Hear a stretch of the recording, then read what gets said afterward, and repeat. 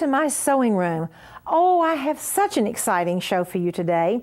The show has two themes. The first is heirloom embroidery by hand with an emphasis on monograms, and the second is on how to put together a quilt. We're going to put together that beautiful quilt you've been seeing throughout the series. You know, the one with the silk ribbon embroidery and the beautiful lace shapes. Let me share with you this lovely piece of embroidery right here. This is all done by hand, ecru on ecru, and the beautiful H right in the middle of this embroidery. I have another example of the beautiful hand embroidery. This time it's a wonderful pillowcase, heavily embroidered with a beautiful monogram in the middle. Now the quilt, you probably are going to be somewhat familiar with this beautiful quilt because you've been seeing the squares and how to make the squares throughout the series. You know what? It's time to learn just how to put together your beautiful quilt squares.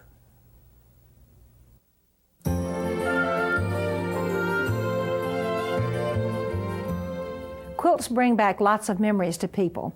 You've been enjoying this beautiful heirloom quilt that we've had throughout the series. Now, when I look at this quilt, I know that my beautiful daughter-in-law, Suzanne Crocker, made each one of these squares. Now, Suzanne and my son, John, and their babies are now missionaries in Africa. And although Suzanne is living on another continent now, very, very far away, I can look at this quilt and almost feel like she's here in this room with me. You know, putting this beautiful quilt that Suzanne made the squares together was my good friend and my very dear colleague, Margaret Taylor. Margaret is one of the most talented women I know in the whole world today, and Margaret designed the way to put together this beautiful quilt that Suzanne stitched the squares. Margaret, welcome to the show. Thank you, Martha. And Martha, you're so right. Quilts always evoke warm, fond memories. I think of a quilt as comfort because I remember going to my grandmother's or to my mother's and having the beautiful quilts, but we're so busy today we don't have time to spend all of the hours that it requires to do the hand quilting. So what I've done is take it one step farther and made it a little more convenient for us, just with simple straight stitches and decorative stitches on the machine. Now this quilt that you've seen in this series has 12 blocks in it. After you complete your 12 blocks, you must decide what manner you want to put them together in. And the best thing to do is take the blocks and lay them down in the floor and decide the placement of each one, because you might not want what you think would look good side by side might not work. Once you decide the order they're going in, then you simply decide, do I want to put 3 blocks across together or 4 blocks down. I normally use the 4 blocks down because I don't seem to have quite as much bulk under my machine to deal with. So what I do when I make the decision of the method I'm going to put them together with, in this instance I put right sides together and I stitch a 1/4 inch seam. And if your sewing machine has a 1/4 inch foot, and most of them do now with quilting being so popular, that's a real good investment to make because it makes a precise 1/4 inch seam allowance for you. And as you notice, this seam is pressed open. Normally in a quilt you would press light to dark, but since we're using satin ribbon on the top of this, I want this seam pressed open so I don't have unnecessary bulk on one side. And what we're going to do with the satin ribbon is exactly what's done here. We're going to do a decorative stitch down the center, and that covers up your seam allowance and you don't have to put the sashing in. Let me show you what I'm talking about. Now we have 2 blocks put together and a strip of double-faced satin ribbon.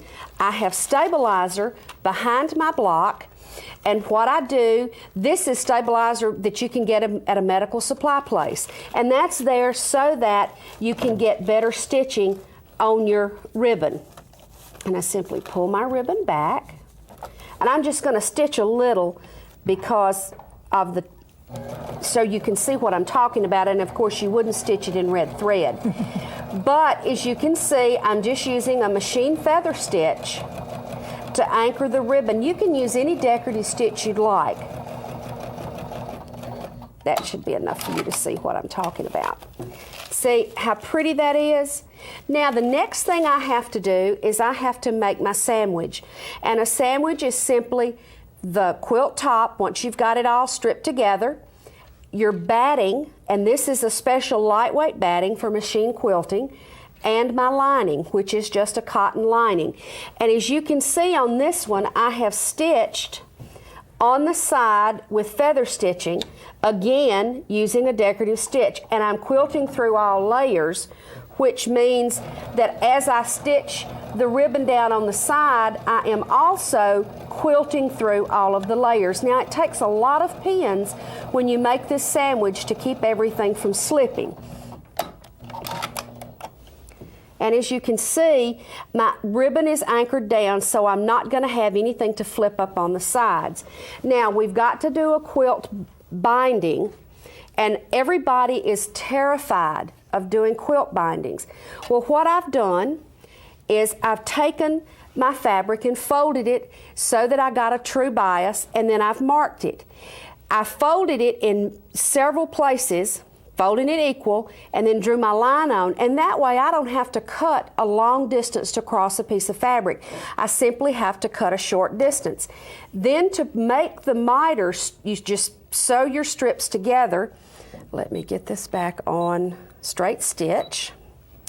We're going to stitch our bias strips together using just a simple straight stitch. And as you can see, when we turn that over, it's even. When we go back, we trim away the excess to a 1/4 inch seam allowance and press it. When I put my bias on my quilt, I like to do it from the right side. And I've pressed, as you can see, I've pressed my bias in half, and I've stitched the raw edges together. I stitch it on with a straight stitch, and when I finish, I flip it over. And everybody says, "Oh, but you have corners." We do have corners. We have 4, but it's real simple to do. You simply take your bias. You must stop stitching. Mark your corners, mark your 1/4 inch seam allowance in all of your corners, and you have to stop stitching at that seam allowance. And then we take our bias and fold it up like this. You can see my marks all over my bias. Then I'm going to start stitching on my 1/4 inch seam allowance. Then I'll finish and go around my quilt, and what happens when you turn it is it makes a perfect miter both on the back and on the front. And then to finish off the edge of the quilt, you can simply zigzag lace to the quilt, to the bias binding on the quilt, or you can attach entredeaux and then attach the lace to it. And Martha, that's how simple and easy these quilts are to put together. Well, Margaret, thank you so very much for presenting this in such an excellent way. Next, I have a beautiful doll dress to share with you.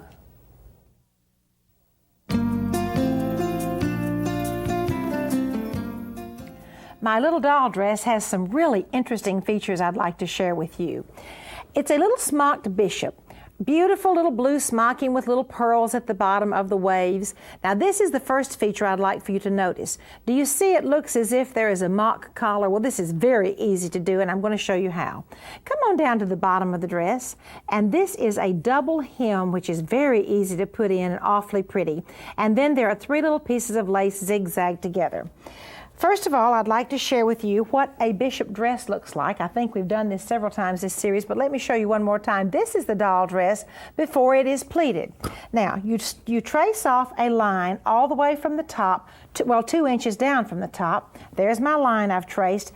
I place the lace on that line and zigzag it down, and then, and only then, am I ready to pleat. After I pleat my bishop doll dress, it looks just like this, and you see it looks like there's a little collar with that lace. The other special treatment I'd like to share with you is the skirt. Do you see this skirt has a double hem and then the 3 pieces of lace there? This is done in a very interesting way. I make the fancy band of the dress. See, I have the dress, the laces are stitched together, they're going to be stitched down here, and then I have a double piece of fabric folded for the hem. I simply slip this up underneath this piece of lace, and I'm going to zigzag it down, therefore attaching this hem to my dress just by simply zigzagging. That is a very, very easy way to make a really pretty double hem. And of course you don't stitch in red, but I'm stitching in red just for you to see how easy it is to attach this lace this way. You see, I've just zigzagged it, just zigzagged the lace to the hem. Right here it is. Then I'm going to go in and trim away this excess hem from the back, and that is absolutely all there is to making those two adorable features on this dress. Next, I have Margaret Boyles, a very special guest who will teach you some exquisite heirloom embroidery.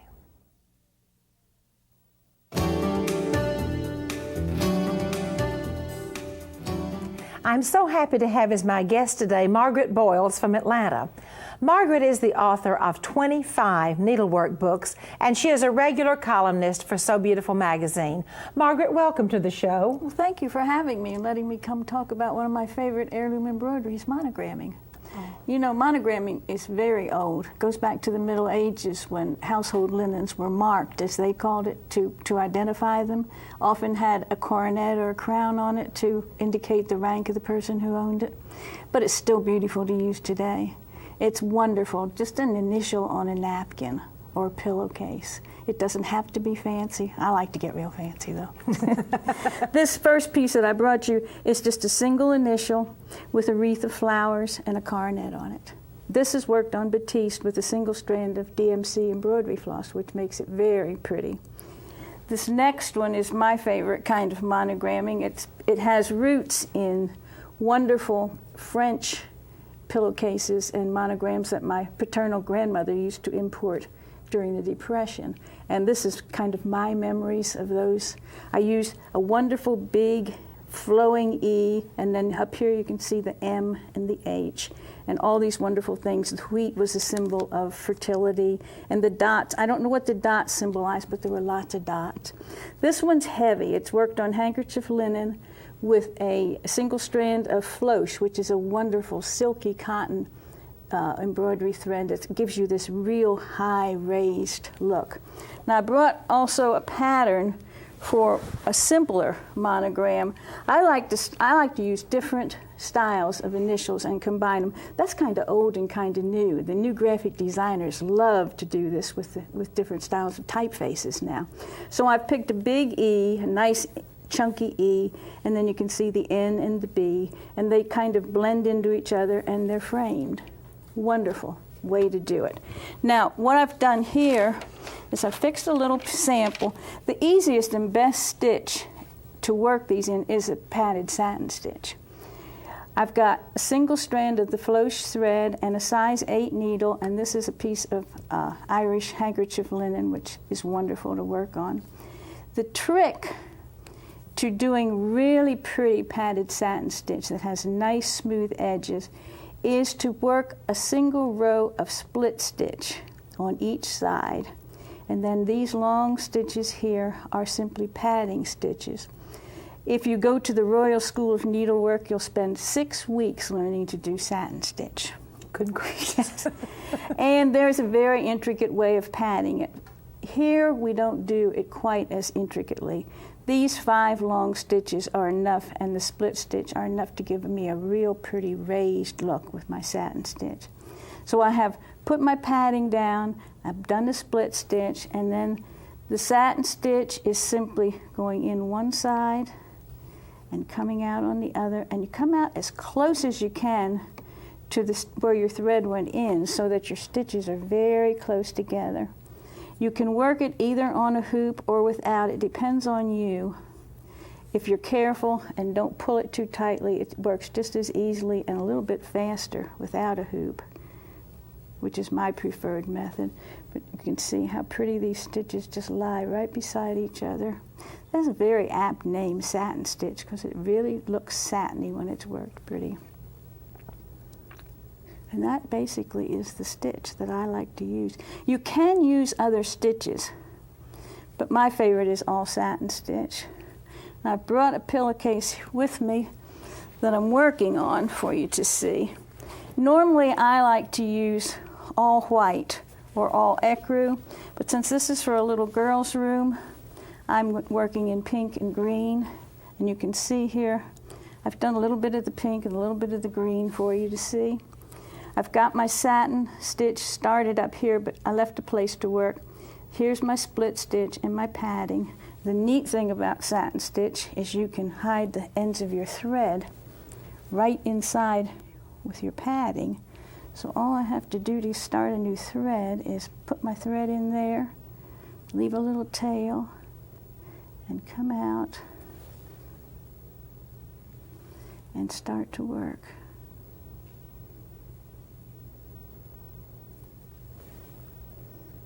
Margaret, do you always put the 5 rows of padding down, the 5 rows of stitching down? Not necessarily. It depends on how wide my area is that I'm going to cover. I probably have about 3 in here, but then when you add your beginnings and your endings of your thread, you add a little bit more padding.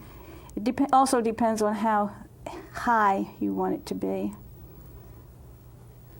This pillowcase is 1.25 yards of wonderful Irish linen and just hemmed with a 5-inch hem with hand hem stitching. And this will last for a long, long time. In fact, the more these things are used and washed and ironed, the prettier they get. They take on a real silky, satiny look. Any kind of linen is just enhanced by an initial put on. It's wonderful to use on a collar, on your best dress, and so forth.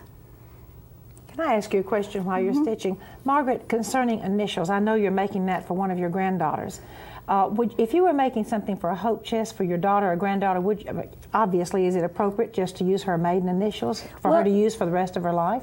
That's one of the things. We used to have all these hard and fast rules about etiquette and all these things. They've changed so much.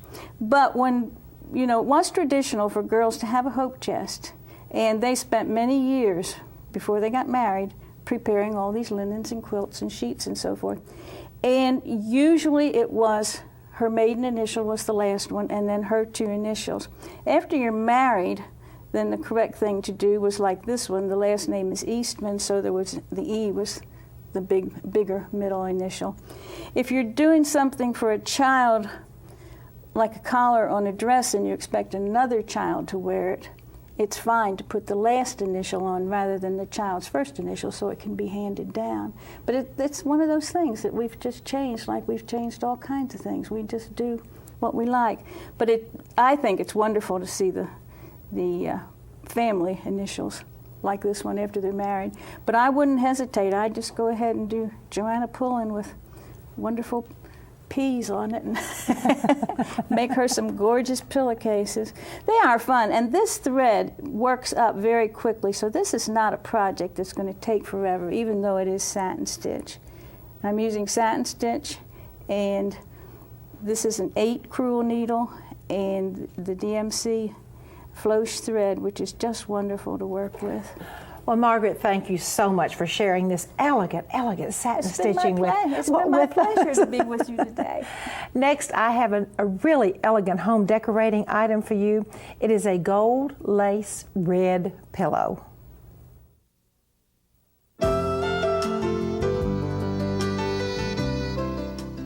This is a beautiful Victorian-looking pillow. I would like for you to look at the details. They're just wonderful. This pillow is made out of silk dupioni, a red silk dupioni. It has a beautiful gold lace border over here, gold thread which has been couched down, zigzagged across the front, and more gold lace on this side. Now, there are all kinds of neat tricks I'm going to share with you on how we made this pillow.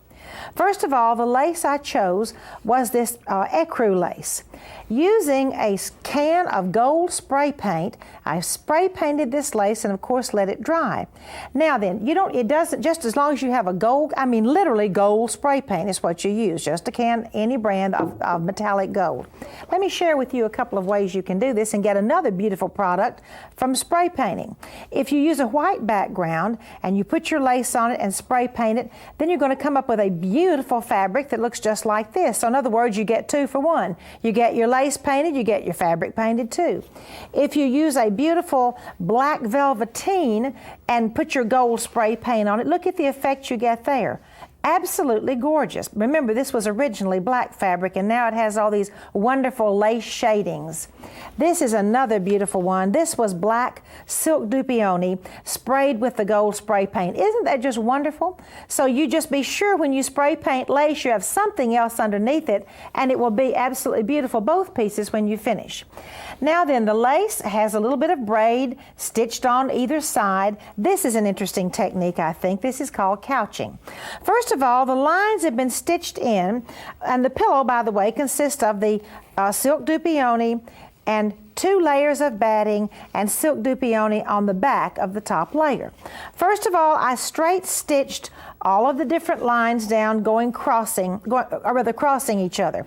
Now then, I'm going to take a gold cord, lay it down in that crevice that I made, which went through all of the layers, and I'm simply going to zigzag over that gold cord, which is laying down in the crevice, following the center line on the foot of the sewing machine.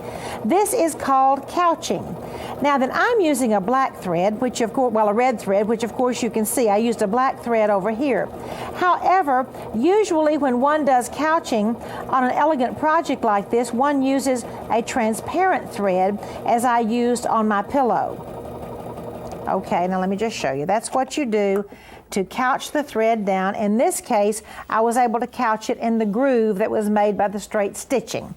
And look at this beautiful pillow after all of this work is done on it. Who would ever have thought that gold spray paint would have been elegant enough to be a Victorian pillow? Next, I have an adorable craft for you.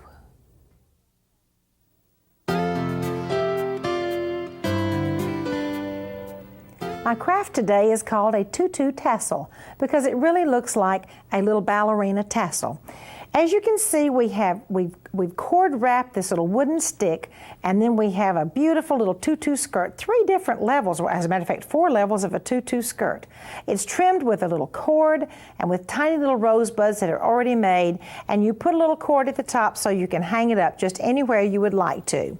This begins with a cord, and you take a little glue and you can run it on one side and then run it up and down on the other side just a little bit, and then very carefully, let me unwrap the neck here, very carefully you simply take the cord and wrap it around and around. Don't put too much glue on because it will dry before you get around. So anyway, wrap this glue all the way around. Now the little skirt is made with, it's layered. It's made with 3 or 4 layers of lace. It's had a little gathering thread in the top. Okay, there's my first layer. Here is my second layer. I'll twist it around a little bit. Here is my third layer. This reminds me of the 1950s when we wore all those full can-can petticoats. And you pull up the strings at the top, the gathering threads at the top. Here's the 4th layer, and of course I'm going to pull the bobbin thread and gather this one up too. Anyway, you've got all these cute little layers for your tutu tassel, and then you glue it all together. And by the way, you can make one also just with a crochet also. Now come along with me to my attic. I have a beautiful part of a petticoat to share with you.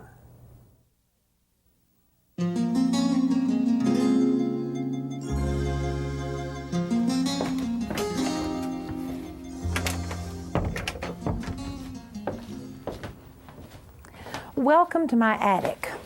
I have a beautiful part of a petticoat to show you today. Actually, this petticoat is really the fancy band of a former petticoat. I don't know what happened to the top of it, but I just thought the fancy band was so beautiful.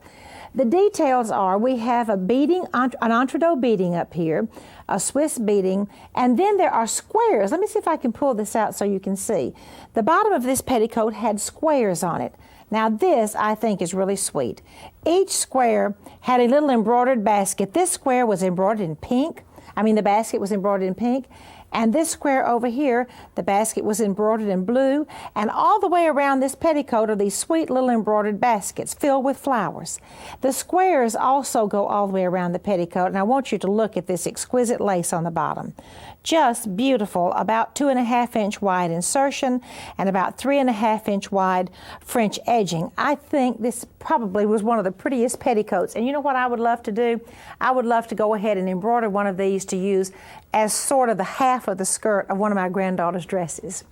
I hope you've enjoyed being with me in my sewing room today. I've had a lot of fun. and I'd like to invite you back next time.